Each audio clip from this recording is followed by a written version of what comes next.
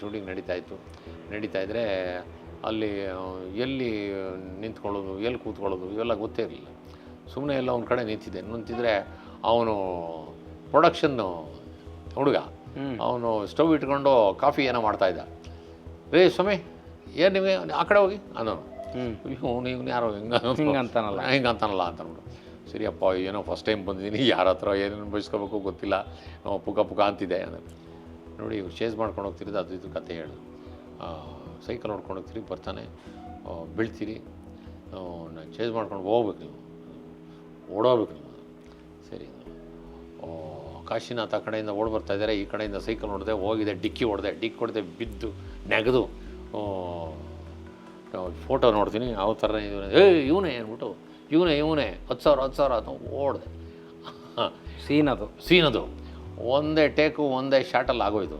ಆದ ತಕ್ಷಣ ಅವನು ನನಗೆ ಯಾವಾಗ ಬಂದ ತಕ್ಷಣ ಅವನು ಈ ಕಡೆ ಬಂದರೆ ಆ ಕಡೆ ಹೋಗಿ ನಿಂತ್ಕೊಳ್ರಿ ಇನ್ನಲ್ಲ, ಅವ್ನು ಬಂದ್ಬಿಟ್ಟು ಸರ್ ಕಾಫಿ ತೊಗೊಳ್ಳಿ ಸರ್ ಅಂತ ಶಾಕ್ ಆಗಿಬಿಡ್ತು ಅವನಿಗೆ. ಕಾಂಪ್ಲಿಮೆಂಟ್ ಆ್ಯಕ್ಟ್ರ್ ನೋಡಿ, ಫಸ್ಟ್ ಸೀನು ಆ ಕಾಂಪ್ಲಿಮೆಂಟ್ರು ಒಂದು ಕಾಫಿ ಮರ್ಯಾದೆ ಮನುಷ್ಯನಿಗೆ ಅಷ್ಟೇ. ಎಲ್ಲಿ ನಾವು ಸ್ಕೋರ್ ಮಾಡ್ತೀವಿ, what ever may be the field, ಯಾವುದೊಂದು ನಾವು ಬರೀ ಕಲಾವಿದರಾಗಿ ಅಷ್ಟೇ ಅಲ್ಲ, ಎನಿ ಪ್ರೊಫೆಷನಲ್ಲಿ ಸ್ಕೋರ್ ಮಾಡಿದ ತಕ್ಷಣ ಮರ್ಯಾದೆ ಸಿಗೋದು ಯಾವಾಗ ಅಂದರೆ ನಮ್ಮ ಪರ್ಫಾರ್ಮೆನ್ಸ್ ಮೇಲೆ. ಏನು ದುಡ್ಡೇ ಬರ್ತಿಲ್ಲ ಸರಿ, ಏನು ಒಂದು ಪಿಕ್ಚರ್ಗೆ 27 ದಿನ ಕೆಲಸ ಮಾಡಿದ್ರು, ಬರೀ 4,500 ರೂಪಾಯಿ ಪೇಮೆಂಟ್ ತೊಗೊಂಡಿದ್ದೀನಿ. ಈಗ ಬರೀ ಆ್ಯಕ್ಟ್ರಾಗಿ ಬದುಕೋದಿದೆಯಲ್ಲ ಭಾಳ ಕಷ್ಟ. ಒಂದು ಸ್ವಲ್ಪ ಜೊಲ್ ಸುರಿಸೋದು ಇರುತ್ತೆ, ಆವಾಗ ದೊಡ್ಡಣ್ಣ ಪಟ್ ಅಂತ ಹೊಡಿತಾರೆ. ದೊಡ್ಡಣ್ಣ ಅವರು ನೇಚರೇ ಅದು. ಯಾವುದೇ ಕ್ಯಾರೆಕ್ಟರ್ ಕೊಡಲಿ, ಪಕ್ಕದಲ್ಲಿರೋ ಆರ್ಟಿಸ್ಟ್ಗಳಿಗೆ ಏಟ್ ಬೀಳದೆ.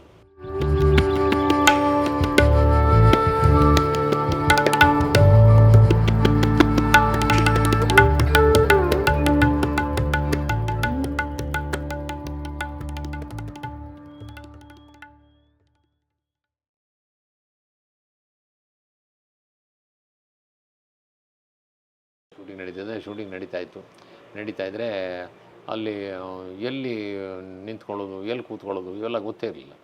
ಸುಮ್ಮನೆ ಎಲ್ಲ ಒಂದು ಕಡೆ ನಿಂತಿದ್ರೆ ಅವನು ಪ್ರೊಡಕ್ಷನ್ನು ಹುಡುಗ ಅವನು ಸ್ಟವ್ ಇಟ್ಕೊಂಡು ಕಾಫಿ ಏನೋ ಮಾಡ್ತಾಯಿದ್ದ.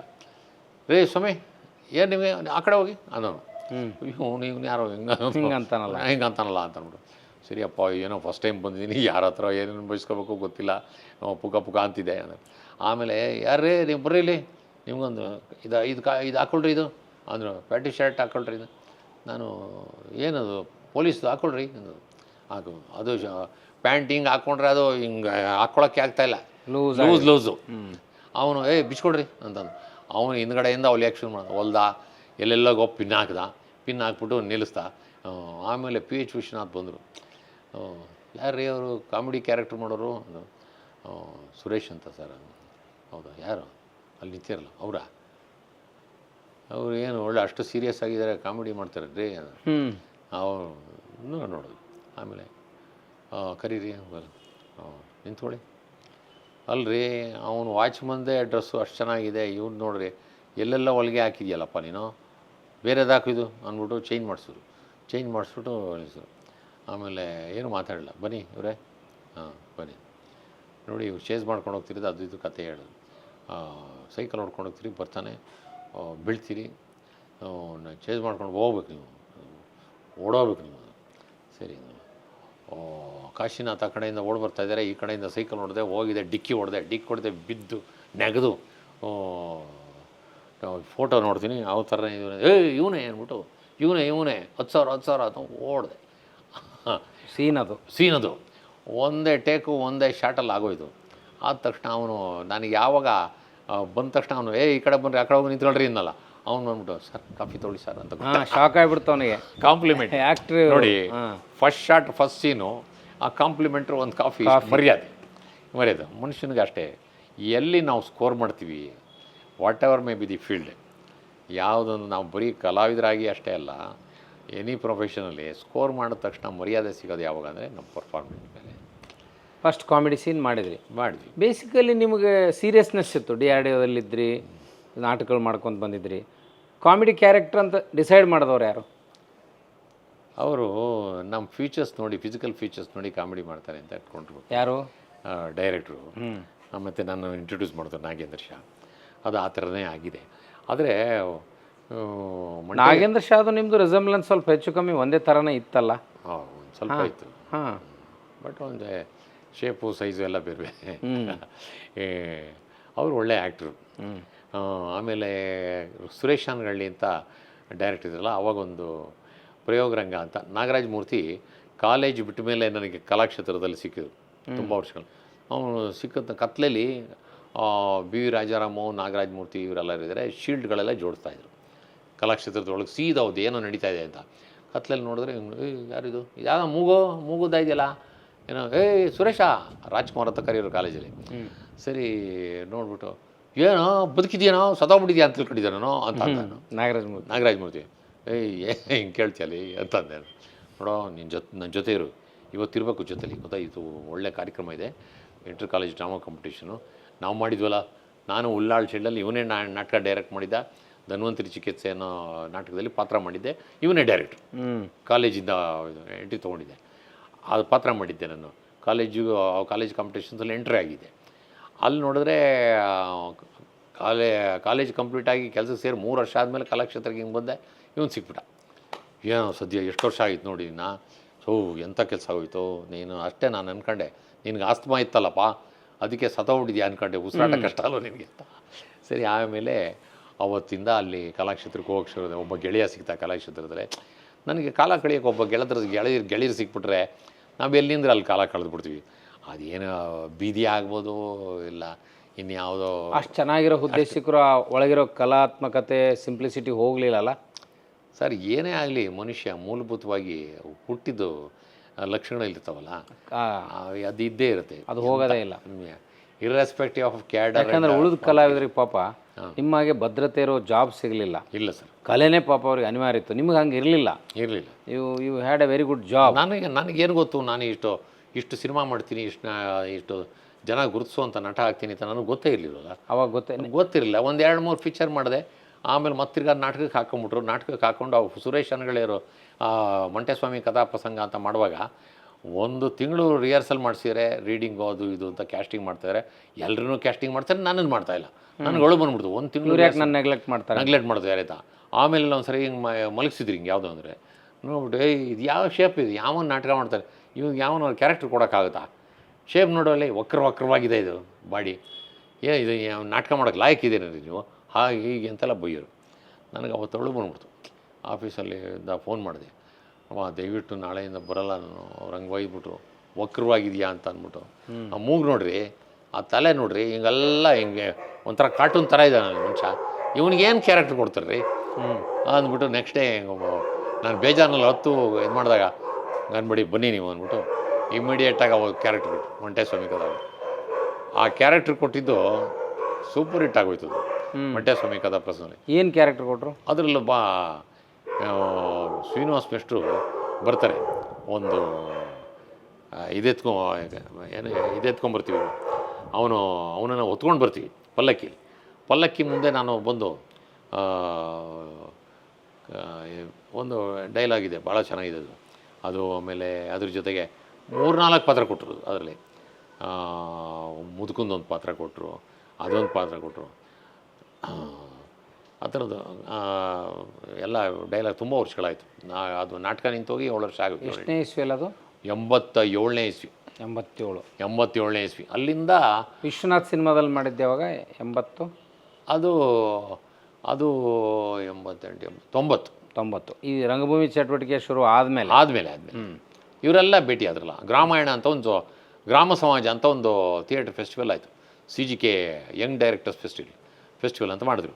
ಅಲ್ಲೆಲ್ಲ ಹೊಸ ಹುಡುಗರಿಗೆ ನೀವು ಕತೆ ಕೊಡ್ತೀವಿ, ಅದನ್ನು ನಾಟಕ ರೂಪಕ್ಕೆ ತಂದು ನಾಟಕ ಮಾಡಬೇಕು, ನೀನು ಡೈರೆಕ್ಟ್ ಮಾಡಬೇಕು ಅಂತ ಪ್ರತಿಯೊಬ್ಬರಿಗೂ ಒಂದೊಂದು ಕೊಟ್ಟರು.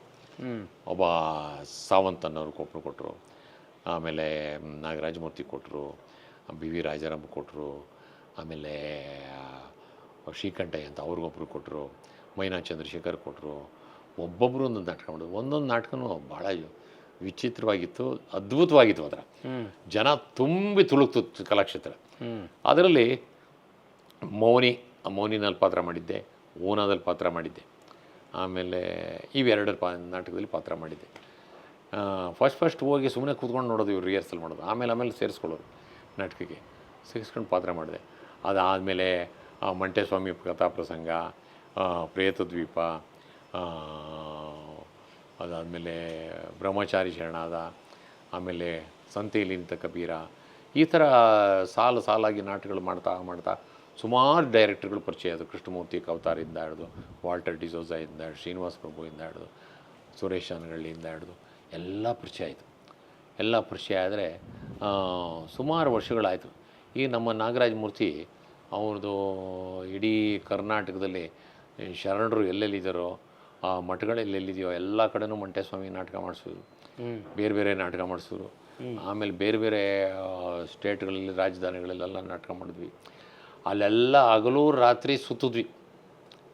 ಇವೆಲ್ಲ ಹವ್ಯಾಸಿ ರಂಗಭೂಮಿಯಲ್ಲಿ ಹೆಚ್ಚು ಕಮ್ಮಿ ಒಂದು 7,000 ಪ್ರದರ್ಶನದಲ್ಲಿ ನಾಟಕ ಮಾಡಿರೋದು. ಇಡೀ ದೇಶದ ಎಲ್ಲ ರಾಜಧಾನಿಗಳು, ಕರ್ನಾಟಕದ ಮೂಲ ಜಿಲ್ಲಾ ಕೇಂದ್ರಗಳು, ತಾಲೂಕು ಕೇಂದ್ರಗಳು ಎಲ್ಲ ಕಡೆ ಸುತ್ತಿ ಮಾಡಿದ್ವಿ. ಆ ದೇಹ ದಂಡಿಸೋದ್ವಿ ಹಂಗೆ ದಂಡಲಿ. ಒಂದು ಕಡೆ ಮನೇಲಿ ಎಲ್ಲ ಚಿಕ್ಕ ಮಕ್ಕಳು ಯಾವುದೋ ಒಂದು ಸಿಜಿಕೆ ಒಂದು ವರ್ಕ್ಶಾಪ್ ಮಾಡಿದ್ರು. ವರ್ಕ್ಶಾಪ್ ಮಾಡಿದಾಗ NGF ಅಲ್ಲಿ 10 ದಿನದ ವರ್ಕ್ಶಾಪು. ಆವಾಗ ಪ್ರಾರಂಭದ ದಿನಗಳು. ನನ್ನ ಮನೇಲಿ ಒಂದು ತಿಪ್ಸಂದ್ರ ಅಂತ ಒಂದು ಜಾಗ, ಅಲ್ಲಿ ನೀರೇ ಬರಲ್ಲ. ಬಾವಿಲಿ ಬೆಳಿಗ್ಗೆ 4 ಗಂಟೆ 5 ಗಂಟೆಗೆ ಯಾರು ಸೇದು ಇಟ್ಕೋತಾರೋ ಅವ್ರಿಗೆ ಮಾತ್ರ ಸ್ನಾನಕ್ಕೆ ಊಟಕ್ಕೆಲ್ಲ ನೀರು, ಬಾಕಿ ಅವ್ರಿಗೆ ನೀರೇ ಸಿಗ್ತಿರಲಿಲ್ಲ. ಇಂಥ ಒಂದು ಪರಿಸ್ಥಿತಿನಲ್ಲಿ ಮನೇಲಿ ನನ್ನಿಬ್ಬರು ಮಕ್ಳಿಗೂ ಜ್ವರ, ನಮ್ಮ ಮಿಸ್ಸಸ್ಗೂ ಜ್ವರ. ಅವ್ರನ್ನ ಮನೇಲಿ ಗಂಜಿ ಕಾಯಿಸ್ಬಿಟ್ಟು ನೀರು ತುಂಬಿಸಿ ಅಲ್ಲಿಂದ ಹೊರಡ್ತಿದ್ದೆ ಶಿಬಿರ ಎಲ್ಲ ಮಾಡೋದು. 7-8 ದಿನ ಪಾಪ ಜ್ವರ ಅಂದರೆ ಜ್ವರ ಪಾಪ ಅವ್ರಿಗೆ. ಇಷ್ಟೆಲ್ಲ ಒಂದು ಕಷ್ಟಗಳಲ್ಲಿ. ಆಮೇಲೆ ನನಗೆ ಮೊದಲೇ ಆಸ್ಮಾ ಪೇಷಂಟು. ಎಲ್ಲೋ ಗುಲ್ಬರ್ಗ ಅಲ್ಲಿ ಇಲ್ಲಿ ನಾಟಕ ಆದಾಗ ಇವ್ರು ರಾತ್ರಿ ಎಷ್ಟೋ ಅಲ್ಲಿಂದ ಟ್ರಾವೆಲಿಂಗು, ಒಂದೊಂದು ಸರ್ತಿ ಟ್ರೈನಲ್ಲಿ ಅಟ್ಯಾಕ್ ಆಗಿಬಿಡೋದು. ಅಟ್ಯಾಕ್ ಆಗ್ತಿತ್ತು. ಆವಾಗ ಸೆಡನಾಲ್ ಅಂತ ಮಾತ್ರೆ ಇತ್ತು, ಇನ್ನೊಂದು ಯಾವುದೋ ಒಂದು ಟೆಡ್ರಾಲ್ ಇರ್ತಿತ್ತು ಆಗಿನ ಕಾಲದಲ್ಲಿ. ಭಾಳ ಸ್ಟ್ರಾಂಗ್ ಮಾತ್ರೆಗಳು. ಅವು ತೊಗೊಂಬಿಟ್ರೆ ನರ ಎಲ್ಲ ಹಿಂಗೆ ಎಳೆದ್ಬಿಡೋದು, ಆ ಥರ ಇರೋದು. ಬಟ್ಟು ವೀಸಿಂಗು ಫುಲ್ ಶಕ್ತಿ ಬಂದಂಗೆ ಆಗೋದು 1 ಅವರ್. ಆ ಥರದ್ದು ನಾಟಕಕ್ಕೆ ಮುಂಚೆ 1 ಅವರ್ ಮುಂಚೆ ತೊಗೊಂಡ್ಬಿಡ್ತಿದ್ದೆ. ಕೆಲವೊಂದು ಮಂಟೇಸ್ವಾಮಿ ಕಥಾಪ್ರಸಂಗದಲ್ಲೆಲ್ಲ ಕುಣಿಬೇಕು, ಡ್ಯಾನ್ಸ್ ಡ್ರಾಮಾ, ಅದು ಮ್ಯೂಸಿಕಲ್ ಡ್ಯಾನ್ಸ್ ಡ್ರಾಮಾ, ಫೋಕು. ಅದರೆಲ್ಲ ಭಾಳ ಕಷ್ಟ ಇತ್ತು. ಕೆಲವೊಂದು ಕಡೆ ಧೂಳು ಅಂದರೆ ಧೂಳು, ಅದೆಲ್ಲ ಇನ್ಫೆಕ್ಷನ್ ಆಗೋದು, ಕೆಮ್ಮು ಬರೋದು, ನೆಗಡಿ ಬರೋದು. ಈ ಒಂದು ಕಷ್ಟದಲ್ಲೇ ಜೊತೆಗೆ ಅಲ್ಲೆಲ್ಲೋ ನಾಟಕ ಮುಗಿಸಿ ಬೆಳಗ್ಗೆ ಬೆಂಗಳೂರಿಗೆ 6 ಗಂಟೆಗೆ ಬಂತಿದ್ವಿ. ಮನೆಗೆ ಬಂದು ಸ್ನಾನ ಮಾಡಿ ಮತ್ತಿರ್ಗ ಆಫೀಸ್ಗೆ ಹೋಗೋದು. ಆಫೀಸಲ್ಲಿ ಅದು ತೂಗಿಡ್ಸ್ಕೊಳಕ್ಕೆ ಆಗ್ತಿರಲಿಲ್ಲ. ಅಲ್ಲೂ ಕೆಲಸ. ರಜೆ ಹಂಗೆಲ್ಲ ಅಡ್ಜಸ್ಟ್ ಮಾಡ್ತಾ ಇದ್ರಾ ಸರ್? ರಜಾ ನನಗೆ ನೀವು ನಂಬ್ತಿರೋ ಬಿಡ್ತಿರೋ, ಸರ್ಕಾರಿ ರಜಾ ಅಂತ 30 ದಿವಸ ಇರುತ್ತೆ. EL ಅಂತ 12 ದಿವಸ CL ಇತ್ತು. ಎಷ್ಟು 42 ದಿನ. ಸಾಟರ್ಡೆ ಸಂಡೇ ರಜಾ. ಅದು ತಿಂಗಳಿಗೆ 8 ದಿನ ಅಂತಂದರೆ 12 8 96 ಲೆಕ್ಕ ಹಾಕಿ. ಇಷ್ಟು ರಜೆಗಳಿತ್ತು. ಅಷ್ಟು ರಜದ ಜೊತೆಗೆ ಮೊದಲು ಒಂದೊಂದು ದಿನ ರಜೆ ಹಾಕಬೇಕಾಗಿತ್ತು, ಎಕ್ಸ್ಟ್ರಾ ರಜೆಗಳು. ಆಮೇಲೆ ಮೆಡಿಕಲ್ ಲೀವ್ ಇತ್ತು. ಇಷ್ಟ ಆಯಿತು. ಮತ್ತು ಆಫೀಸ್ನಲ್ಲಿ ಕೆಲಸ ಮಾಡೋದ್ರ ಜೊತೆಗೆ ಸ್ವಲ್ಪ ಕೆಟ್ಟ ಹೆಸರು ಬಂತು. ಸರಿಯಾಗಿ ಕೆಲಸ ಮಾಡಲ್ಲ, ಬರೀ ನಾಟಕ ಸಿನಿಮಾಕ್ಕೆ ಹೋಗ್ತಾನೆ ಇವನು ಅಂತ. ಅದು ಸಹಜ ಬಿಡಿ, ಬಂತು. ಇನ್ನೊಂದು ಕಡೆ ಹೆಮ್ಮೆನೂ ಇರುತ್ತೆ ಅವ್ರಿಗೆ, ಹೆಮ್ಮೆನೂ ಇರುತ್ತೆ. ಆಮೇಲೆ ಇಷ್ಟನೂ ಪಡೋರು. ಇದ್ದಾಗ ಮಾತ್ರ ಚೆನ್ನಾಗಿ ಕೆಲಸ ಮಾಡ್ತಿದ್ವಿ. ಆಮೇಲೆ ಅವರು ಎಲ್ಲರ ಜೊತೆನೂ ನಕ್ಕೊಂಡು ಅಲ್ಲೇನೋ ಇನ್ಸಿಡೆಂಟ್ ನಡೆದಿದ್ದೇಳೋದು, ಇಲ್ಲಿ ಇನ್ಸಿಡೆಂಟ್ ಹೇಳಿದ್ದು, ಅವ್ರು ಮಜಾ ತಗೊಳ್ಳೋರು. ಟೈಮಲ್ಲಿ ಟೀ ಬ್ರೇಕ್ ಇರೋದು. ಟೀ ಬ್ರೇಕಲ್ಲಿ ಇದೆ, ಹೇಳಪ್ಪ ಎಲ್ಲೋಗಿದ್ದೆ, ಯಾವ ಊರಿಗೆ ಹೋಗಿದ್ದೆ, ಯಾರು ಭೇಟಿ ಮಾಡಿದೆ, ಹಂಗೆ ಎಲ್ಲೆಲ್ಲಿ ಕಾರ್ಯಕ್ರಮ ಆಯಿತು, ಅದೆಲ್ಲ ಹೇಳೋದು. ಅದೆಲ್ಲ ಹೇಳಿ ಕೇಳಾದ್ಮೇಲೆ ನಮ್ಮನ್ನೇ ಚೂಡಾಯಿಸೋರು ಅವರು. ಈ ಥರದ್ದೆಲ್ಲ ಇರೋದು. ಕೆಲವು ಕಡೆ ತೂಗಿಡ್ಸ್ಕೊಂಡು ಕಾಲ ಕಳಿತೀವಿ. ಆಮೇಲೆ ನಾನು ಆಫೀಸಲ್ಲಿದ್ದಾಗಲೂ ಕೂಡ 1984 ನನಗೆ ಸರಿಯಾಗಿ ಆಫೀಸ್ ಬರೋಲ್ಲ ಅಂತ ಅಂದ್ಬಿಟ್ಟು ತೊಗೊಂಡೋಗಿ ಅದು ಯಾವುದೋ ಒಂದು ಕಂಪ್ಯೂಟರ್ ಇನ್ಸ್ಟಾಲೇಷನ್ ಹಾಕ್ಬಿಟ್ರು. ಅಲ್ಲಿ ನೋಡ್ಕೊಂಡಿರಲಿ ಅಂತ. ಇವನು BSc ಮಾಡಿದ್ದಾನೆ ಅಂತ. ಅಲ್ಲೋದ್ರೆ ನಾನು ಸುಮ್ಮನೆ ಇರ್ತಿರಲಿಲ್ಲ. ಅಲ್ಲಿ ಮ್ಯಾನ್ಯುಯಲ್ ಎಲ್ಲ ಓದ್ತಾ ಇದು ಬೇಸಿಕಲ್ಲೂ ಡ್ರಾಯಿಂಗ್ ಮಾಡೋದು, ಆಟೋ ಕಾರ್ಡ್ ಅಂತದಿದೆ, ಇದನ್ನು ಡ್ರಾಯಿಂಗ್ ಮಾಡ್ಬೋದು ಅಂತ ಅಂದ್ಬಿಟ್ಟು ಅದನ್ನು ನೋಡ್ತಾ ಡ್ರಾಯಿಂಗ್ ಮಾಡೋಕ್ಕೆ ಶುರು ಮಾಡಿದ್ರೆ ಏನು ಕಾಂಪೋನೆಂಟ್ ಪೂರ್ತಿ ಡ್ರಾಯಿಂಗ್ ಮಾಡಿಬಿಟ್ಟೆ. ಮಾಡಿದ್ಮೇಲೆ ನನಗೆ ಖುಷಿ ಆಯಿತು. ಆಮೇಲೆ ತೋರಿಸ್ದೆ, ಬನ್ನಿರಿ ಎಲ್ಲರೂ ಬಂದು ನೋಡಿದ್ರು, ಮಾಡ್ಬೋದಲ್ಲ ಅಂತ. ಅಲ್ಲಿ ಅವಾಗ ಕಂಪ್ಯೂಟರ್ಸ್ ಅಷ್ಟು ಬಂದಿರಲಿಲ್ಲ. ಆಮೇಲೆ ನಮ್ಮಲ್ಲಿ ಗ್ರೂಪ್ ಕ್ಯಾಪ್ಟನ್ ಕೃಷ್ಣನ್ ಅಂತಿದ್ರು, ಅವ್ರಿಗೆ ತೋರಿಸ್ದೆ. Okay will see, will give some training and people will be expert outwards ಅಂತಂದರು. ಸರಿ ಆಯಿತು ಅಂದರು. ಕೊನೆಗೆ ನಾನು ಜೂನಿಯರು, ಸೀನಿಯರ್ಸ್ ಅದು ಮ್ಯಾನ್ಯೆಲ್ಲ ನಾಟಕ ಡ್ರಾಯಿಂಗ್ ಮಾಡ್ತಾಯಿದ್ರು. ಇವನು ಹೇಳಿದ್ದೇನೇನು ಕೇಳ್ಬೇಕು ನಾವು ಅಂತ ಅಂದ್ಬಿಟ್ಟು ಆವಾಗ ಸ್ವಲ್ಪ ದಿನ ಸುಮ್ಮನಾಗಿ ಅವರೇ ಯಾರ್ಯಾರು ಸೀನಿಯರ್ಸ್ ಇದ್ದರು ಅವರೆಲ್ಲ ಹೋಗಿ ಕೊಯಮತ್ತೂರಲ್ಲಿ ಟ್ರೈನಿಂಗ್ ಮಾಡ್ಕೊಂಡ್ಬಿಟ್ರು. ಸಪ್ರೇಟ್ ಡಿವಿಷನ್ ಮಾಡಿದ್ರು. ಕಂಪ್ಯೂಟರ್ದೇ ಒಂದು ಸಪ್ರೇಟ್ ಡಿವಿಷನ್ ಆಯಿತು. ಮ್ಯಾನ್ಯುವಲ್ ಕಡಿಮೆ ಆಗ್ತಾ ಬಂತು. ಕೊನೆಗೆ ಕಂಪ್ಯೂಟರ್ ಡಿಸೈನ್ ಅಂತ ಆಯಿತು. ಫುಲ್ಲು ಅಷ್ಟೊತ್ತಿಗೆ ನನ್ನನ್ನು ತೊಗೊಂಡೋಗಿ ಬೇರೆ ಬೇರೆ ಕಡೆ ಹಾಕಿದ್ರು. ಆಮೇಲೆ ಯಾಕೋ ನನಗೆ ಕೆಲಸ ಕೊಡಲ್ವಲ್ಲ ಅಂತ ಅಂದ್ಬಿಟ್ಟು ನಾನು ಯೂನಿಯನ್ ಸೇರ್ಕೊಂಡೆ, ಟ್ರೇಡ್ ಯೂನಿಯನ್ ಲೀಡ್ರ್ ಅದೇ. ಅದಾದಮೇಲೆ ಕಲ್ಚರಲ್ ಸೊಸೈಟಿ ಅಂತ ಮಾಡಿ ಕಲ್ಚರಲ್ ಸೊಸೈಟಿ ಸೆಕ್ರೆಟ್ರಿ ಆದೆ. ಸೆಕ್ರೆಟ್ರಿ ಆದಮೇಲೆ ನಾಟಕ ಫೆಸ್ಟಿವಲ್ಸ್ ಆಫ್ ಇಂಡಿಯಾ ಅಂತ ಮಾಡಿ ಎಲ್ಲ ಸ್ಟೇಟಿನ ಫೆಸ್ಟಿವಲ್ಸು ಮಾಡಿದೆ. ಅವ್ರ ಹತ್ರ ಎಲ್ಲ ಅವ್ರ ಟ್ಯಾಲೆಂಟ್ ಏನೇನಿದೆ ಬೇರೆ ಬೇರೆ ಲ್ಯಾಂಗ್ವೇಜ್ ಅವ್ರದ್ದು ಎಲ್ಲರದು ಮಾಡಿಸಿ ಡೈರೆಕ್ಟ್ರು ಬೇಷ್ ಅಂದರು. ಎಲ್ಲ ಆಯಿತು. ಇವೆಲ್ಲ ಹೊಗಳಿಕೆಗಳಾಯಿತು. ಅದಕ್ಕೆ ಆ ಹೊಗಳಿಕೆ ಆದಮೇಲೆ ಮೊದಲು ಒಂದು 2-3 ಪಿಕ್ಚರ್ ಮಾಡೋದಲ್ಲ, ಅದಾದಮೇಲೆ 4 ವರ್ಷ ಬ್ರೇಕ್ ಆದಮೇಲೆ ಮತ್ತಿರ್ಗ ಇನ್ನೊಂದು ಹರಕೆ ಕುರಿ ಗಲಾಟೆ, ಏನು ಗಣೇಶನ ಗಲಾಟೆ, ಈ ಥರದ್ದೆಲ್ಲ ಸಿನಿಮಾ ಶುರು ಆಯಿತು. ಪುಣಿ ರಾಮಚಂದ್ರ ಇವರೆಲ್ಲ ಸುಮಾರು ಸಿನಿಮಾಗಳು ಒಂದರಿಂದ ಬಂದು ಇಲ್ಲಿವರೆಗೂ 480 ಸಿನಿಮಾ ಆಗೋಯ್ತು ಸರ್. ಅಷ್ಟೊತ್ತಿಗೆ ಮಧ್ಯದಲ್ಲಿ ಒಂದು ಸರಿ ಎಡವಟ್ಟಾಯಿತು. ಅಫಿಷಿಯಲ್ ಆಗಿ ಪರ್ಮಿಷನ್ ಕೊಟ್ಟಿದ್ದರು. It should not disturb office hours, you can go for the shooting ಅಂತ. ಅದರಲ್ಲಿ ಏನು ಮೆನ್ಷನ್ ಮಾಡಿಲ್ಲ. ರೆಮ್ಯುನರೇಷನ್ ಮತ್ತೊಂದು ಗಲಾಟೆ ಅಳಿಯಂದರು ಅಂತ ಒಂದು ಸಿನಿಮಾ, ಎಸ್ ನಾರಾಯಣ ಅವರು. ಇವರು ಕುಮಾರಸ್ವಾಮಿನವರು ಅಫಿಷಿಯಲ್ ಪರ್ಮಿಷನ್ ತೊಗೊಂಡಿದ್ದೀರಾ, ಅಫಿಷಿಯಲ್ ಆಗಿ ಹಾಕಿ ಮಾರಿಷಸ್ಗೆ ಹೋಗೋದಕ್ಕೆ ಅಂತ. ಜಸ್ಟ್ ಮಾರಿಷಸ್, ಅಮೇರಿಕಾನೂ ಅಲ್ಲ, ಇನ್ನು ಫಾರಿನೂ ಅಲ್ಲ. ಪಾಸ್ಪೋರ್ಟು ತೊಗೋಬೇಕು. ಪಾಸ್ಪೋರ್ಟು ತಗೊಳ್ಳುವಾಗ ವೀಸಾ ತೊಗೋಬೇಕು, ಪರ್ಮಿಷನ್ ಎಲ್ಲ ಆಯಿತು. ಅಲ್ಲಿ ಡೆಲ್ಲಿನಲ್ಲಿ ನಮ್ಮ ಅಣ್ಣನ ಮಗ ದೇವೇಗೌಡರು ಪಿ ಆಗಿದೆ. ಅವ್ನು ಸೇನಾ ಭವನಕ್ಕೆ ಫೋನ್ ಮಾಡಿ ಆಯ್ತಾ ಇವ್ರು ಯಾಕೆ ಪೊಲಿಟಿಕಲಾಗಿ ಇವ್ರು ಎಂಕ್ವೈರಿ ಪ್ರೆಷರ್ ಆಗ್ತಾರೆ ಅಂದ್ಬಿಟ್ಟು, ಯಾರ್ದು ಸಿನಿಮಾ ಅದು ಚೆನ್ನಾಂಬಿಕಾ ಫಿಲಮ್ಸ್, ಕುಮಾರಸ್ವಾಮಿ ಅಂತ ಎಕ್ಸ್ ಪ್ರೈಮ್ ಮಿನಿಸ್ಟರ್ ಮಗ, ಅವರು ಎಂಕ್ವೈರಿ ಮಾಡಿದ್ರು. ದುಡ್ಡು ಗಿಟ್ಟು ಕೊಡ್ತಾರೆ ಅಂತ ಕೇಳಿದ್ರು. ನಾನು ಫಸ್ಟ್ ಅವಾಗೆಲ್ಲ ದುಡ್ಡು ಕೊಡ್ತಾರೆ ಅದು ಹೇಳ್ತಿರಲಿಲ್ಲ. ಏನು ದುಡ್ಡೇ ಬರ್ತಿರಲಿಲ್ಲ ಸರಿ. ಏನು ಒಂದು ಪಿಕ್ಚರ್ಗೆ 27 ದಿನ ಕೆಲಸ ಮಾಡಿದ್ರು, ಬರೀ 4,000 ರೂಪಾಯಿ ಪೇಮೆಂಟ್ ತೊಗೊಂಡಿದ್ದೀನಿ. ಆ ಥರ ನಮ್ಮ ಕಾಫಿ ಖರ್ಚು ಆಗಲಿಲ್ಲ. ಈ ಥರ ಎಷ್ಟೋ ಸಿನಿಮಾಗಳಲ್ಲಿ ದುಡ್ಡೇ ಬಂದಿಲ್ಲ ಸ್ಟಾರ್ಟಿಂಗಲ್ಲಿ. ಹೀಗಿರುವಾಗ ಅವತ್ತು ಎಂಕ್ವೈರಿ ಮಾಡಿದ್ರು. It involves remuneration and all. So you are not suppose to leave the country. Whatever permission given to you is withdrawn ಅಂತ ನನಗೆ ಚಾರ್ಜ್ ಶೀಟ್ ಇಶ್ಯೂ ಮಾಡಿ, ನಿಮ್ಮದು ಏನೇನು ಮಾಡಿದ್ದೀರಿ ಎಲ್ಲ ತೆಗೀರಿ. ತೆಗೆದು ಎಷ್ಟು ದುಡ್ಡು ಏನೂ ನೆಗ್ಲಿಜಿಬಲ್, ಅದು ಸುಮ್ಮನೆ ಬಿಟ್ಬಿಟ್ರು.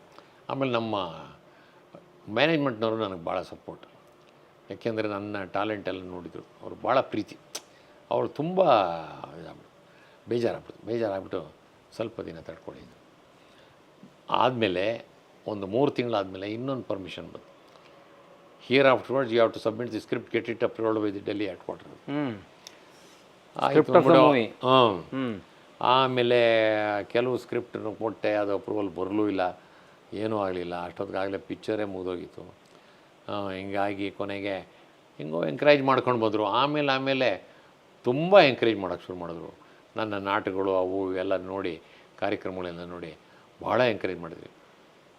ಒಬ್ಬರು ಅಂತೂ officers, whenever Suresh comes to office you take the his work completely, encourage him, you protect him ಅಂತ ಅಂದ್ಬಿಟ್ಟು ಈ ಥರದ್ದು ಸಪೋರ್ಟ್ ಕೊಟ್ಬಿಟ್ರು. ಆದರೆ ನಾನು ಈ ಆಫೀಸಲ್ಲಿ ಯಾವುದೇ ಥರ ಮೋಸ ಮಾಡಲಿಲ್ಲ.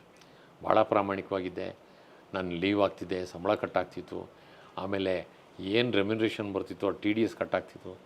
ಕಂಪ್ಲೀಟ್ ಅದನ್ನು ಅಸೆಸ್ಮೆಂಟಲ್ಲಿ ಮಾಡ್ತಿದ್ದೆ. 20% ರೆಗ್ಯುಲರ್ ಕಟ್ಟಾದರೆ ಇನ್ನು 20% ಎಕ್ಸ್ಟ್ರಾ ಪೇಮೆಂಟ್ ಟ್ಯಾಕ್ಸ್ ಕಟ್ತೆ. ಇದೆಲ್ಲ ಆಯಿತು. ಇದೆಲ್ಲ ಆಗಿ ರಿಟೈರ್ಮೆಂಟರ್ಸು ಸುಮಾರು ಸಿನಿಮಾಗಳು ಮಾಡಿದೆ. ಲಾಸ್ಟ್ 7 ಇಯರ್ಸು ಭಾಳ ಸಿನ್ಸಿಯರಾಗಿ ಆಫೀಸಲ್ಲಿ ಕೆಲಸ ಮಾಡಿದೆ. ಥಿಯೇಟ್ರ್ ಮಾಡ್ಕೊಂಡು ಬರೀ ಆಫೀಸ್ ಕೆಲಸ ಮಾಡಿದೆ. ಭಾಳ ಒಳ್ಳೆಯ ಸುತ್ತ ಮಾಡಿದೆ. ದೊಡ್ಡ ಪೋಸ್ಟಿಗೆ ಆಫರ್ ಬಂತು, ನಾನು ಹೋಗಲಿಲ್ಲ. ಸೌತ್ ಇಂಡಿಯಾ PRO ಆಗಬೇಕಾಗಿತ್ತು, ಸೆಕ್ಯೂರಿಟಿ ಆಫೀಸರ್ ಆಗಬೇಕಾಯಿತು. ಆಮೇಲೆ ಈ PWD ಆಫೀಸ್ ಇರ್ತದಲ್ಲ, ಸಿವಿಲ್ ವರ್ಕ್ಸ್ ಇನ್ಚಾರ್ಜ್, ಅದು ಆಗಬೇಕಾಯ್ತು. ಎಲ್ಲ ರಿಜೆಕ್ಟ್ ಮಾಡಿ ನಾನು ಬೇಸಿಕ್ಕಾಗಿ ಎಲ್ಲಿ ಕೆಲಸ ಮಾಡ್ತೀನೋ ಆ ಆಫೀಸರ್ಗಳು ಭಾಳ ಯಂಗ್ಸ್ಟರ್ಸು, ಅವರು ಸಪೋರ್ಟ್ ಮಾಡಿ ನಮ್ಮನ್ನು ಬಿಟ್ಟು ಹೋಗ್ಬಿಡಿ, ನಾವು ನಿಮಗೆ ಅಟ್ಯಾಚ್ಮೆಂಟ್ ಜಾಸ್ತಿ ಆಗಿದೆ ಅಂದ್ಬಿಟ್ಟು. ನನಗಷ್ಟು ಯಾರೂ ಸೈಂಟಿಸ್ಟ್ಗಳು ಮಾಡದೇ ಇರೋವಂಥ ಇನ್ಫ್ರಾಸ್ಟ್ರಕ್ಚರ್ನ ನಾನಲ್ಲಿ ಮಾಡಿದೆ. 3-4 ದೊಡ್ಡ ಬಿಲ್ಡಿಂಗಿಗೆ ಸರ್ಕ್ಯೂಟು, ಸುಮಾರು ಹೆಚ್ಚು ಕಮ್ಮಿ 10-15 ಲಕ್ಷದ್ದು ಸರ್ಕ್ಯೂಟು ಸ್ಯಾಂಕ್ಷನ್ ಮಾಡಿಸ್ಕೊಂಡು ನಮ್ಮ ಬಾಸು ನನಗೆ ಸ್ವೀಟ್ ತಂದು ಕೊಟ್ಟರು. ನೀವು ಪರವಾಗಿಲ್ಲಪ್ಪ, ಓಡಾಡ್ಬಿಟ್ಟು ನಿಮ್ಮೆಲ್ಲ ಮಾಡಿಸ್ಬಿಟ್ಟಿದ್ಯಾ, ಪಾಪ ಅವ್ರು ಹೋದ್ರು ವಾಪಸ್ ಕಳಿಸಿದ್ದಾರೆ ಅವ್ರನ್ನೆಲ್ಲರೂ. ಎಲ್ರದ್ದು ಫೇಲ್ಯೂರ್ ಆಗಿದೆ. ನಿಮ್ಮ ಇನ್ಫ್ಲೂಯೆನ್ಸ್ ಮೇಲೆ ಸ್ಯಾಂಕ್ಷನ್. ಇನ್ಫ್ಲೂಯೆನ್ಸ್ ಅಂದರೆ ಸೆಲೆಬ್ರಿಟಿ. ಸಿ ಆಫೀಸಲ್ಲಿ ಯಾರದೇ ಫೈಲ್ ಹೋಗಿ ಯಾವುದೇ ಡಿವಿಷನ್ಗೆ ಹೋದರೂ ಕೂಡ ಆಗಿಲ್ಲ ಅಂತಂದ್ರೆ ನನ್ನ ಜೊತೆ ಅಲ್ಲಿ ಒಂದ್ಸರಿ ಹೋಗ್ಬಿಟ್ರೆ ಅಲ್ಲಿ ಅವ್ರನ್ನ ಮಾತಾಡ್ಸ್ಕೊಂಡು ಖುಷಿ ಪಡಿಸ್ಬಿಟ್ಟು ಇಷ್ಟು ಫೈಲ್ ಇರೋದು, ಸುರೇಶ್ ತಲೆನೋವು ಬಂದುಬಿಟ್ಟಿದೆ ಸುರೇಶ್, ನನ್ನ ಕೆಲಸನೇ ರಜಾಕ್ಕೆ ಹೋಗ್ಬಿಡ್ರ ಅಂತಿದ್ದೆ ಹಂಗೆ ಹಿಂಗೆ. ಮತ್ತು ಏನು ಸಮಾಚಾರ, ಯಾವ ಶೂಟಿಂಗು ಅದು ಇದೆಲ್ಲ ಕೇಳ್ಕೊಂಡು ಖುಷಿಯಾಗಿ ಮಾತಾಡ್ತಾ ಏನು ಬಂದಿದ್ದು ನೀವು ಹೇಳಲೇ ಇಲ್ವಲ್ಲ ನೀವು ಅವರು. ನಮ್ಮ ಬಾಸ್ನೊಂದು ಫೈಲ್ ಇದೆ ಅರ್ಜೆಂಟು ಡೆಲ್ಲಿಗೆ ಹೋಗ್ಬೇಕತ್ತು. ಅಯ್ಯೋ ಹೇಳ್ಬಾರ್ದು ಮೊದಲೇ, ಟಕ್ ಅಂತ ಮಾಡಿ ಕಳಿಸ್ಬಿಡು, ಈಸಿಯಾಗಿ ಹೋಗ್ಬಿಡೋದು. ಆ ಥರ ಸುಮಾರು ಜನ ಸೈಂಟಿಸ್ಟ್ಗಳು ಯಂಗ್ ಸೈಂಟಿಸ್ಟ್ಗಳು MTech PhD ಎಲ್ಲ ಮಾಡ್ಬಿಟ್ಟು ಬಂದಿರು. ಪಾಪ ಅವರು ಏನೇನೋ ತೊಗೊಂಡೋಗಿ ಯಾವುದಾದ್ರು ಡಿವಿಷನ್ಗೆ ಹೋದರೆ ಅಪ್ರೂವಲ್ಲೇ ಆಗ್ತಿರಲಿಲ್ಲ ಮತ್ತು ಅದು ಕ್ಲಿಯರ್ ಆಗ್ತಿರಲಿಲ್ಲ. ಆಮೇಲೆ ನಮ್ಮ ಬಾಸು ಕೇಳೋ, Suresh you please go along with them, you have sanction. Get it sanction. ಸರಿ, ಆ್ಯಸ್ ಎ ಸೆಲೆಬ್ರಿಟಿ ಅಲ್ಲಿ ಹೋದ ತಕ್ಷಣ ನಾನು ಖುಷಿಯಾಗಿ ಮಾತಾಡ್ಸೋದು, ಕೆಲವೊಂದು ಸರಿ ಫೋನಲ್ಲಿ ಮಾತಾಡ್ಸ್ಬಿಡುವೆ, ಸುಮಾರು ಕೆಲಸಗಳು ಆಗೋಗ್ಬಿಡು. ಈ ಥರದ್ದು ಇಂಡೈರೆಕ್ಟಾಗಿ ಕೆಲಸ ಆಗ್ತಿತ್ತು. ಜೊತೆಗೆ ನಾನು ಸಿನ್ಸಿಯರಾಗಿ ನನ್ನ ಸೀಟ್ ಬಿಟ್ಟು ಅಳ್ಳಾಡ್ತಿರಲಿಲ್ಲ. ಆಮೇಲೆ ನಮ್ಮ ಬಾಸ್ ಬಂದ್ಬಿಟ್ಟು ಯಾವಾಗಲೂ ಇಲ್ಲೇ ಕೂತ್ಕೊಬಾರ್ದು, ನಿಮ್ಮ ಫ್ರೆಂಡ್ಸ್ನೆಲ್ಲ ಹೋಗ್ಬಿಟ್ಟು ಮಾತಾಡ್ಸ್ಕೊಂಡು ಬನ್ನಿ, ಖುಷಿಯಾಗಿರಿ, ತೀರಾ ಒಂದು ಜಾಗದಲ್ಲೇ ಕೂತ್ಕೋಬಾರ್ದು ಅಂದ್ಬಿಟ್ಟು ನನಗೆ ಹೇಳೋರು. ನಾವು ಆ ಟೀ ಟೈಮಲ್ಲಿ ಹೋಗಿ ಮಾತಾಡಿಸ್ಕೊಂಡು ಎಲ್ಲನೂ ಒಂದು ಸ್ವಲ್ಪ ಇಂಟ್ರ್ಯಾಕ್ಟ್ ಮಾಡ್ಕೊಂಡು ಬರಬೇಕು. ಈ ಥರ ಆಗ್ತಿತ್ತು. ರಿಟೈರ್ ಆಯಿತು. ರಿಟೈರ್ ಆದಮೇಲೆ ಒಂದು ರೀತಿಯಿಂದ ಈ ಒಂದು ಸಾಫಲ್ಯ ಅಂತ ರಂಗತಂಡ ಕಟ್ಟೋದಕ್ಕೆ ಏನೋ ನನಗೂ ಒಂದು ಸ್ವಲ್ಪ ವಯಸ್ಸಾದ್ಮೇಲೆ ಆ್ಯಕ್ಟಿವಿಟೀಸ್ ಬೇಕು. ನನ್ನ ಮಗನೂ ಕೂಡ ಅವನು HP ವರ್ಕ್ ಮಾಡ್ತಿದ್ದನು, ಚಿಕ್ಕವನು, ದೊಡ್ಡವನು is fully dedicated to software field. ಅವನು ಅವನ ಹೆಂಡ್ತಿ ಅವರು ಸುತ್ತಗುಂಡಪಳ್ಳಿ ಅಂತ ಬೈಂಪನಹಳ್ಳಿ ಮೆಟ್ರೋ ಸ್ಟೇಷನ್ ಹತ್ರ ಅಲ್ಲೊಂದು ಮನೆ ತೊಗೊಂಡು ಅಲ್ಲಿದ್ದಾರೆ. ಈಸ್ ಅಮೇರಿಕನ್ ಕಂಪ್ನಿಗೆ ವೈಸ್ ಪ್ರೆಸಿಡೆಂಟ್ ಆಗಿದ್ದಾನೆ ಒಂದು ಕಂಪ್ನಿಗೆ. Next is becoming director. ಇವನು ನಾನು ಬೇಡ ಅಂದರು, ಈ ಫೀಲ್ಡಿಗೆ ಬರಬೇಡಪ್ಪ ಅಂತಂದ್ರು, ಕೇಳಲಿಲ್ಲ, ಬಂದ. HP ಅದನ್ನು ರಿಸೈನ್ ಮಾಡಿ ಸಿನಿಮಾ ಮಾಡ್ತೀನಿ, ನಾಟಕ ಮಾಡ್ತೀನಿ. ಆಮೇಲೆ ಮಂಗಳ ಅಂತ ಅವರು ರಂಗಾಯಣ ರಘು ಅವ್ರ ಹೆಂಡ್ತಿ, ಅವರು ಸಂಚಾರಿ ತಂಡಕ್ಕೆ ಸೇರ್ಕೊಂಡ. ಅವರು ನನಗೆ ಫೋನ್ ಮಾಡಿ ಎಲ್ಲೋ ಬ್ಯಾಂಕಲ್ಲಿ, ಸುರೇಶ್ ನಾನು ಅರ್ಜೆಂಟ್ ಮಾತಾಡ್ಬೇಕು, ಅರ್ಜೆಂಟ್. ಏನು ಮಾದೆ, ಸ್ವಲ್ಪ ಶ್ರೀಮಂತನ ಬಗ್ಗೆ ಮಾತಾಡು, ನಾನು ಏನೋ ಪ್ರಾಬ್ಲಮ್ ಮಾಡ್ಬಿಟ್ಟಿಯಾನೋ ಅಂತ ಅಷ್ಟೇ. ಆಮೇಲೆ ನಿಮ್ಮ ಜೊತೆ ನಿಮ್ಮ ಮಿಸ್ಸಸ್ ಜೊತೆ ಇಬ್ಬರು ಹತ್ರ ಮಾತಾಡ್ತೀನಿ. ಆಮೇಲೆ ನಮ್ಮ ಮನೆಯವ್ರು ಫೋನ್ ಮಾಡಿಬಿಟ್ಟು ಏನು ಗೊತ್ತಿಲ್ಲ ಹಿಂಗೆ ಕೇಳ್ತಾ ಇದ್ದಾರೆ, ಮಾತಾಡಿ ಅದು. ಸರಿ, ಒಂದು ಅರ್ಧ ಗಂಟೆ ಅಂದ್ಬಿಟ್ಟು ಆಮೇಲೆ ಮಾತಾಡಿದ್ರೆ ಅವನು ತುಂಬ ಒಂಥರ ಫೈರ್ ಇದೆ, ದಯವಿಟ್ಟು ಅವನ್ನ ಇನ್ನರ್ ಫೀಲಿಂಗ್ಸ್ನ ಹಾಳು ಮಾಡಿಬಿಡಿ, ಅವ್ನ ಕೆಲಸಕ್ಕೆ ಬಿಡಿ, ಡೆಡಿಕೇಟ್ ಮಾಡಿಬಿಡಿ, ನೀನಾಸಮ್ಗೋ ಇದಕ್ಕೆ ಕಳಿಸಿ. ನನಗೆ ಯೋಚನೆ, ಅಲ್ಲಿ ಕಳಿಸಿದ್ರೆ ನಮ್ಮ ಕೈಗೆ ಸಿಗಲ್ಲ ಮಗ, ನಾವು ಪಟ್ಟಿರೋ ಕಷ್ಟ ಬೇಡ, ಇದು ಸಕ್ಸಸ್ ಆಗೋದು ಭಾಳ ಕಷ್ಟ. ಇನ್ನರ್ಟು ಆರ್ಟ್ ಇರಬೇಕು ಏನಾದರೂ ಒಂದು. ಈಗ ನಮ್ಮ ಮಾಲ್ತೇಶ್ ಪಡಿಗರ್ ಇದ್ದಾರಲ್ಲ, ಮಾಲ್ತೇಶ್ ಪಡಿಗರ್ ಕೈ ಹಿಂಗಂದ್ರೆ ಸಾಕು ಒಂದು ಕಲೆ ಮೂಡುತ್ತೆ. ಆ ಥರದ್ದು ಏನಾರು ಆರ್ಟ್ ಇದ್ದರೆ ಬದುಕ್ಬೋದು, ಡೈರೆಕ್ಟರ್ ಆಗ್ಬೋದು. ಅಪಾರ್ಟ್ ಫ್ರಮ್ ಆ್ಯಕ್ಟಿಂಗ್ ಏನಾರು ಗೊತ್ತಿರ್ಬೋದು. ಕ್ರಿಯೇಟಿವ್ ಆಗಿ ಏನಾದರೂ ವರ್ಕ್ ಗೊತ್ತಿರಬೇಕು, ಇಲ್ಲಾಂದರೆ ಕಷ್ಟ. ಬರೀ ಆ್ಯಕ್ಟಿಂಗ್ ಮಾಡಿಕೊಂಡು ನಾನು ಬದುಕ್ತೀನಿ ಅಂತಂದರೆ ಆಗಲ್ಲ. ಈಗ ನೋಡಿ ನಮ್ಮ ಸಾಧು ಕೋಕಿಲ ಅವರು is master of all, master of everything.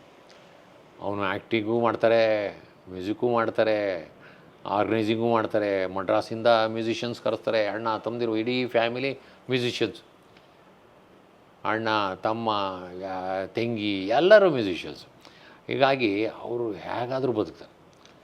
ಈಗ ಬರೀ ಆ್ಯಕ್ಟ್ರಾಗಿ ಬದುಕೋದಿದೆಯಲ್ಲ ಭಾಳ ಕಷ್ಟ. ಇಂಥರ ಉದ್ಯೋಗ ಇರಲಿಲ್ಲ ಅಂದರೆ, ನಂತರ ಉದ್ಯೋಗ ಇರಲಿಲ್ಲ ಅಂದರೆ ನಾನು ಖಂಡಿತ ಈ ಥರ ಮನೆ ಕಟ್ತಿರಲಿಲ್ಲ, ಕಾರ್ ತಗೊಂತಿರಲಿಲ್ಲ, ನನಗೆ ಮಾತ್ರೆ ತಗೊಳ್ಳೋಕ್ಕೂ ದುಡ್ಡು ಇರ್ತಿರಲಿಲ್ಲ ಸರ್. ಇದು ಆ ಸಿನಿಮಾ ಮಾಡಿದ್ರಲ್ಲ, ನಿಮ್ಮ ಇನ್ಫ್ಲುಯೆನ್ಸು ಸೆಲೆಬ್ರಿಟಿ ಸ್ಟೇಟಸ್ ತಂದು ಕೊಡ್ತು. ಅದರಲ್ಲಿ ತುಂಬ ರಿಮಾರ್ಕೆಬಲ್ ಆ್ಯಕ್ಟರ್ಸ್ ಯಾರು? ನೀವು ರವಿಚಂದ್ರನ್ ಜೊತೆ ಮಾಡಿದ್ರಿ, ವಿಷ್ಣುವರ್ಧನ್ ಜೊತೆ ಮಾಡಿದ್ರಿ ಸರ್. ರವಿಚಂದ್ರನ್ ಜೊತೆ ಮಾಡಿದೆ, ವಿಷ್ಣುವರ್ಧನ್ ಜೊತೆ ಮಾಡಿದೆ, ಶಿವರಾಜ್ ಕುಮಾರ್ ಜೊತೆ ಮಾಡಿದೆ, ರಾಘವೇಂದ್ರ ರಾಜ್ಕುಮಾರ್ ಜೊತೆ ಮಾಡಿದೆ, ಪುನೀತ್ ರಾಜ್ಕುಮಾರ್ ಜೊತೆ ಮಾಡಿದೆ, ಎಸ್ ನಾರಾಯಣ್ ಜೊತೆ ಮಾಡಿದೆ. ಈ ದೊಡ್ಡಣ್ಣ, ಮುಖ್ಯಮಂತ್ರಿ ಚಂದ್ರು, ಶ್ರೀನಿವಾಸ ಮೂರ್ತಿ, ಇವರೆಲ್ಲ second line, first line supporting ಆರ್ಟಿಸ್ಟ್ಗಳು, ಅವರು ಫಸ್ಟ್ ಲೈನ್ ಹೀರೋಸು. ಇವ್ರ ಜೊತೆ ಎಲ್ಲ ಮಾಡಿದೆ. ಆಮೇಲೆ ದರ್ಶನ್ ಜೊತೆನೂ ಮಾಡಿದ್ದೀನಿ, ಸುದೀಪ್ ಜೊತೆನೂ ಮಾಡಿದ್ದೀನಿ. ಎಲ್ಲರ ಜೊತೆನೂ ಆ್ಯಕ್ಟ್ ಮಾಡುವಾಗ ನಮ್ಮ ಪರ್ಫಾರ್ಮೆನ್ಸ್ ಅವರು ಹೃದಯಪೂರ್ವಕವಾಗಿ ಇಷ್ಟಪಟ್ಟಿದ್ದಾರೆ. ಸ್ವಲ್ಪ ಸೆಮಿ ಕಾಮಿಡಿ ಇರ್ತಿತ್ತಲ್ಲ? ಸೆಮಿ ಕಾಮಿಡಿ, ಒಂಥರ ಇನ್ನೋಸೆಂಟ್ ಕಾಮಿಡಿ. ಪೂರಾ ಇವ್ರ ಥರನಲ್ಲ, ಸಾಧು ಥರನೂ ಇಲ್ಲ. ಏನದು ನಿಮ್ಮ ಪೊಸಿಷನ್ ಡಿಗ್ನಿಟಿ ಕಾರಣ ಆಗ್ತಿತ್ತಾ ಅಥವಾ ನಿಮ್ಗೆ ಅದೇನೋ ತಾನಾಗಿ ಬಂದಿತ್ತು. ಹಾಂ. ನಾನು ಸಿಕ್ಕುವಂಥ ಪಾತ್ರಗಳು ಎಲ್ಲೂ ಕೂಡ ವಲ್ಗರಾಗಿ ಇದ್ದಿದ್ದೇ ನೋಡಲಿಲ್ಲ ಸರ್. ಎಷ್ಟು ಸಿನಿಮಾದಲ್ಲಿ ಎಷ್ಟು ಪಾತ್ರಗಳು ಸ್ವಲ್ಪ ಮಾಡಿದ್ವಿ. ಬಾಡಿ ಲ್ಯಾಂಗ್ವೇಜ್ಗೆ ಅಷ್ಟೇ ಇಂಪಾರ್ಟೆನ್ಸು. ಅಷ್ಟೇ, ನಮ್ಮ ಎಕ್ಸ್ಪ್ರೆಷನ್ನು, ಬಾಡಿ ಲ್ಯಾಂಗ್ವೇಜು, ಡೈಲಾಗು ಇಷ್ಟೇ ಇರ್ತಿದ್ದು. ಒಂದು ಇನ್ಸಿಡೆಂಟಲ್ ಆಗಿತ್ತು. ಅದು ಬಿಟ್ಟರೆ ಸುಮ್ಮನೆ ಕೋತಿ ಚೇಷ್ಟೆ ಮಾಡೋವಂಥದ್ದು, ವಲ್ಗರ್ ಲ್ಯಾಂಗ್ವೇಜು ಎಲ್ಲೂ ನನಗೆ ಯಾವತ್ತೂ ಯಾವ ಡೈರೆಕ್ಟರ್ಗಳು ಕೊಟ್ಟಿಲ್ಲ. ಅಲ್ಲ, ಹಂಗೇನಾರ ಕೊಟ್ಟಾಗ ನಿಮಗೆ ಅದು ಇರಿಟೇಟ್ ಆಗ್ಬೋದು ಚಾನ್ಸು ಇತ್ತಲ್ಲ? ನೀವು ಒಂದು ಪೊಸಿಷನಲ್ಲಿ ಇದ್ರಿ, ಎಂಪ್ಲಾಯ್ಮೆಂಟ್ ಇದ್ರಿ. ಪೊಸಿಷನ್ನಲ್ಲಿ ಅನ್ನೋದಕ್ಕಿಂತ ನನಗೆ ನನ್ನ ನೇಚರ್ಗೆ ಅದು ಒಪ್ತಿರಲಿಲ್ಲ ಸರ್. ಯಾವುದೋ ಒಂದು ಸೂರ್ಯವಂಶದಲ್ಲಿ ಯಾವುದೋ ಒಂದು ಸೀನು ಸರ್, ಎಲ್ಲ ಕಾಫಿ ಕೊಟ್ಕೊಂಡು ಬರ್ತೀನಿ. ಹಿಂಗೆ ಕಾಫಿ ಕೊಟ್ಕೊಂಡು ಬರುವಾಗ ಇದರಲ್ಲಿ ಹಿಂಗೆ ಪಕ್ಕದಲ್ಲಿ ನೋಡ್ತೀನಿ, ದೊಡ್ಡಣ್ಣ ಆ ಕಡೆ ಕೂತಿರ್ತಾರೆ, ಪಕ್ಕದಲ್ಲಿ ಒಂದು ಹೆಂಗಸಿನ ಸೆರಗು ಬಿದ್ದೋಗಿರುತ್ತೆ, ಅವರ ಸ್ತನ ಕಾಣ್ತಾ ಇರುತ್ತೆ. ಅದೊಂಥರ ನನಗೆ ಭಾಳ ಮುಜುಗರ ತಂತು. ಅಯ್ಯೋ, ಈ ಸೀನ್ ಇಟ್ಬಿಟ್ಟಿದಾರಲ್ಲ. ಅದನ್ನು ನೋಡ್ಬಿಟ್ಟು ನಾನು ಹಿಂಗೆ ಹೇಳ್ತೀನಿ, ಹಿಂಗೆ ಒಂದು ಸ್ವಲ್ಪ ಜೊಲ್ ಸುರಿಸೋದು ಇರುತ್ತೆ. ಆವಾಗ ದೊಡ್ಡಣ್ಣ ಪಟ್ ಅಂತ ಹೊಡಿತಾರೆ. ದೊಡ್ಡಣ್ಣ ಅವರು ನೇಚರೇ ಅದು. ಯಾವುದೇ ಕ್ಯಾರೆಕ್ಟರ್ ಕೊಡಲಿ, ಪಕ್ಕದಲ್ಲಿರೋ ಆರ್ಟಿಸ್ಟ್ಗಳಿಗೆ ಏಟ್ ಬೀಳದೆ. ತುಂಬ ಜನ ಆರ್ಟಿಸ್ಟ್ಗಳು ಏಟ್ ತಿಂದಿದ್ದಾರೆ, ನಾನು ತಿಂದಿದ್ದೀನಿ. ಅದೇನು ಅಂತಂದರೆ ಅವ್ರು ಮಾತಾಡ್ತಾ ಆ ಫಿಸಿಕಲ್ ಪ್ರಾಕ್ಟೀಸ್ ಏನೈತೆ ಅಂದರೆ ಆ ಹೊಡೆದ್ಬಿಟ್ಟೆ ಮಾತಾಡೋವಂಥದ್ದು. ಅದು ಹೊಡಿತಾರೆ. ಆ ಸೀನ್ಗೂ ಸೆಟ್ ಆಗ್ತಿತ್ತು ಕಾಣ್ತದೆ. ಸೀನ್ಗೂ ಸೆಟ್ ಆಗ್ತಿತ್ತು. ಅದಕ್ಕೆ ಸೆಟ್ ಮಾಡ್ಕೊಳ್ಳೋರು, ಸೆಟ್ ಮಾಡ್ಕೊಳ್ಳೋರು. ಸ್ವಲ್ಪ ಫ್ರೀಡಮ್ ಇರುತ್ತಾ ಕಾಮಿಡಿ ಆ್ಯಕ್ಟ್ರಸ್ಗೆ? ಇರುತ್ತೆ, ಸುಮ್ಮನೆ ಮಾಡೋಂಗಿಲ್ಲ. ಅದು ಇವರು ಸೀನಿಯರ್ ಆರ್ಟಿಸ್ಟು, ಇವರು ಅಜಾನುಭಾವು ಡೈರೆಕ್ಟ್ರುಗಳು ಒಪ್ಕೋತಿದ್ರು, ಆಗ್ತಿತ್ತು. ಹಾಗಂತ ಅವರು ಓವರ್ ಮಾಡಿದ್ರೆ ಹೇಳ್ತಾಯಿದ್ರು. ಆ ಥರ ಹೇಳ್ದರಲ್ಲಿ ಎಸ್ ನಾರಾಯಣ ಒಬ್ಬರು, ಮಹೇಶ್ ಸುಗ್ದರೆ ಒಬ್ಬರು, ಅಣ್ಣ ಸುಮ್ಮನೆ ನಮ್ಮ ಆರ್ಟಿಸ್ಟ್ನ ಹೊಡಿಬೇಡಿ ನೀವು, ಸಾಕು, ಒಂದು ಸರಿ ಓದಿರೋ ಸಾಕು, ಆಮೇಲೆ ನಮ್ಮ ಕೈ ಸಿಗಲ್ಲ, ಆಮೇಲೆ ನಿಮ್ಮ ಒದೆ ತಿಂದು ಉಳಿತಾರ ಬದುಕ್ತಾರ, ಬೇಡ ಅನ್ನೋರು. ಆಮೇಲೆ ಅದು ವಲ್ಗಾರಿಟಿ ಅನ್ನೋಲ್ಲ. ಆ ಸೂರ್ಯವಂಶ ಸಿನಿಮಾದಲ್ಲಿ ಆ ಸೀನು ಏನಾಗ್ಬಿಡ್ತು, ಅಲ್ಲಿ ನಾನು ಬೇಕು ಅಂತ ತಪ್ಪು ಮಾಡಲಿಲ್ಲ. ಅದೆಲ್ಲ ಆದಮೇಲೆ ಹೊಡೆದಾಗ ನಾನು ಕಾಫಿ ಕೊಟ್ಕೊಂಡು ಅದು ಇದನ್ನು ಟ್ರೇ ತೊಗೊಂಡು ಈ ಕಡೆ ವಾಪಸ್ ಬರಬೇಕಾಯ್ತು. ನಾನು ಮುಂದಕ್ಕೆ ಹೋಗ್ಬಿಟ್ಟೆ. ಮುಂದಕ್ಕೆ ಹೋದರೆ ಅಲ್ಲಿ ಜಾಗ ಇಲ್ಲ. ಅವ್ರು ಕಟ್ ಮಾಡಿದ್ರು, ಅದು ಸೀನು ಸರಿಯಾಗಿ ಬರಲಿಲ್ಲ, ಅಬ್ರಪ್ಟ್ ಆಗಿಬಿಡ್ತು. ಅದಕ್ಕೆ ಮತ್ತೆ ಮಿಸ್ಟೇಕ್ ಆಗ್ಬಿಡ್ತು. ಆವಾಗ ರೀಲಿತ್ತು, ಡಿಜಿಟಲ್ ಇರಲಿಲ್ಲ, ಡಿಜಿಟಲ್ ಕ್ಯಾಮ್ರಾ ಇರಲಿಲ್ಲ, ಮತ್ತೆ ಇನ್ನೊಂದು ಟೇಕ್ ತಗೊಳಕ್ಕಾಗ್ತಿರ್ಲಿಲ್ಲ. ಆಮೇಲೆ ಅವರು ಎಂಥ ಕೆಲಸ ಮಾಡಿಬಿಟ್ರಿ ಹಂಗೆ ಅಂತ ಅವರು ಮಿಸ್ಟೇಕ್ ಮಾಡಿಬಿಟ್ರಲ್ಲ. ಅದು ಯಾರು ಎಸ್ ನಾರಾಯಣ ಅಂದರು, ದೊಡ್ಡಣ್ಣ ಅಂದರು, ವಿಷ್ಣು ಸರ್ ನಗ್ತಾಯಿದ್ರು. ಇದೆಲ್ಲ ಆದಮೇಲೆ ಇದನ್ನು ನಾವು ತೊಗೊಳಕ್ಕೆ ಆಗಲ್ಲ, ಉಪಯೋಗಿಸೋಕ್ಕೂ ಆಗಲ್ಲ. ಆದರೂ ನಾನು ಸದ್ಯ ಒಳ್ಳೇದಾಯಿತು ಅಂತ ಉಪಯೋಗಿಸ್ಲಾರ್ದು ನಿಮಗೆ ನಾನು ಎದೆ ಮೇಲೆ ಕೈ ಇಟ್ಕೊಂಡೆ. ಸದ್ಯ ದೇವರೇ ಬದುಕಿಸ್ತಲ್ಲ. ನಾನು ಇಷ್ಟು ವರ್ಷ ಸುಮಾರು ಸಿನಿಮಾಗಳಲ್ಲಿ ಕ್ಯಾರೆಕ್ಟರ್ ಮಾಡಿದ್ದೀನಿ, ನಾಟಕದಲ್ಲಿ ಪಾತ್ರ ಮಾಡಿದ್ದೀನಿ. ಎಲ್ಲೂ ಕೂಡ ಈ ವಲ್ಗರ್ ಸೀನಲ್ಲಿ ನಾನು ಅಭಿನಯಿಸಿಲ್ಲ. ಜನ ನೋಡಿದ್ರು ನಮ್ಮ ಸಂಬಂಧಿಕರಲ್ಲಿ ಹೆಚ್ಚು ಕಮ್ಮಿ ಕೆಲವರು ಹೆಣ್ಮಕ್ಳಿದ್ದಾರೆ, ನಮ್ಮ ಸಿಸ್ಟರ್ಸ್ ಇದ್ದಾರೆ. ನಮ್ಮ ಸಿಸ್ಟ್ರು ಒಬ್ಬರು ಮಂಟೇಸ್ವಾಮಿ ಕಥಾ ಪ್ರಸಂಗದಲ್ಲಿ ಕೆಲವೊಂದು ಸರಿ ಸೋಮನ್ ಕೊಡ್ತಾ ಬರುತ್ತೆ ಸರ್. ಅದರಲ್ಲಿ ಟಾಪ್ಲೆಸ್ಸು ಕೆಳಗಡೆ ಲಂಗ ಹಾಕ್ಕೊಂಡು ಬರ್ತೀವಿ, ಡ್ಯಾನ್ಸ್ ಮಾಡ್ಕೊಂಡು ಹೋಗ್ತೀವಿ. ಅದನ್ನು ನೋಡ್ಬಿಟ್ಟು ನಮ್ಮ ಸುರೇಶು ಒಂದೊಂದು ಸೀನಲ್ಲಿ ಒಂದೊಂದು ಸಿಕ್ಕಿದ್ದೆಲ್ಲ ಹಾಕೊಂಬಂದ್ಬಿಡೋನು. ಎಲ್ಲರ ಮುಂದೆ ಹೇಳ್ತಾ ಇದ್ದಾರೆ ಅವರು ಇನ್ನೊಸೆಟ್ಟು. ಅವರು ಥಿಯೇಟ್ರ್ ಬಗ್ಗೆ ಅಷ್ಟು ನಾಲೆಡ್ಜ್ ಇಲ್ಲ, ನೋಡೋಕೆ ಬಂದಿರು. ಆಮೇಲೆ ಎಲ್ಲರೀ ಲಂಗ ಹಾಕೊಂಬಂದ್ಬಿಟ್ಟಾರಿ, ಏನೂ ಸಿಗಲಾರ. ನಮಗೆ ನಾವು ಯಾಕಾದ್ರು ನಾಟಕ ನೋಡೋದು, ನಮ್ಗೆ ಯಾರು ನೋಡೋದು, ನಮ್ಮ ರಿಲೇಟಿವ್ಸ್ ಎಲ್ಲ ಬಂದ್ಬಿಟ್ಟಿದ್ದಾರೆ. ಅವ್ರು ನಮಗೆ ಏನೇ ನಿಮ್ಮ ತಮ್ಮ ಲಂಗ ಹಾಕೊಂಬಂದ್ಬಿಟ್ಟಿದಾನಲ್ಲ ಅಂತಂತಾರೆ. ನಿಮಗೇನು ಅನ್ಸಲ್ವೇನೋ ಅಂತಂದರು. ಅಂದರೆ ಅವರು ತಾಟ ಆ ಥರ ಆಯಿತು. ಅಂದರೆ ಪಾತ್ರ ಅಂತ ಕನ್ಸಿಡರ್ ಮಾಡಲ್ಲ, ಗೊತ್ತಿಲ್ಲ ಅವ್ರಿಗೆ. ಅಲ್ಲಿ ಸುರೇಶ್ ಅವ್ರ ಪರ್ಸನಾಲಿಟಿ ನೋಡೋರು, ಅವ್ರಿಗೆ ಗೊತ್ತಿಲ್ಲ. ಹಳ್ಳಿಗಳಲ್ಲಿ ಸೋಮನ್ ಕುಣಿತಾರೆ, ಅದೇ ಥರ ಡ್ರೆಸ್ ಇರುತ್ತೆ, ಏನು ಮಾಡೋಕ್ಕಾಗಲ್ಲ. ಆ ಪಾತ್ರಕ್ಕೆ ತಕ್ಕಂತೆ ನಾವು ಪೋಷಾಕನ್ನು ಧರಿಸ್ಬೇಕು. ಹೀಗಿತ್ತು.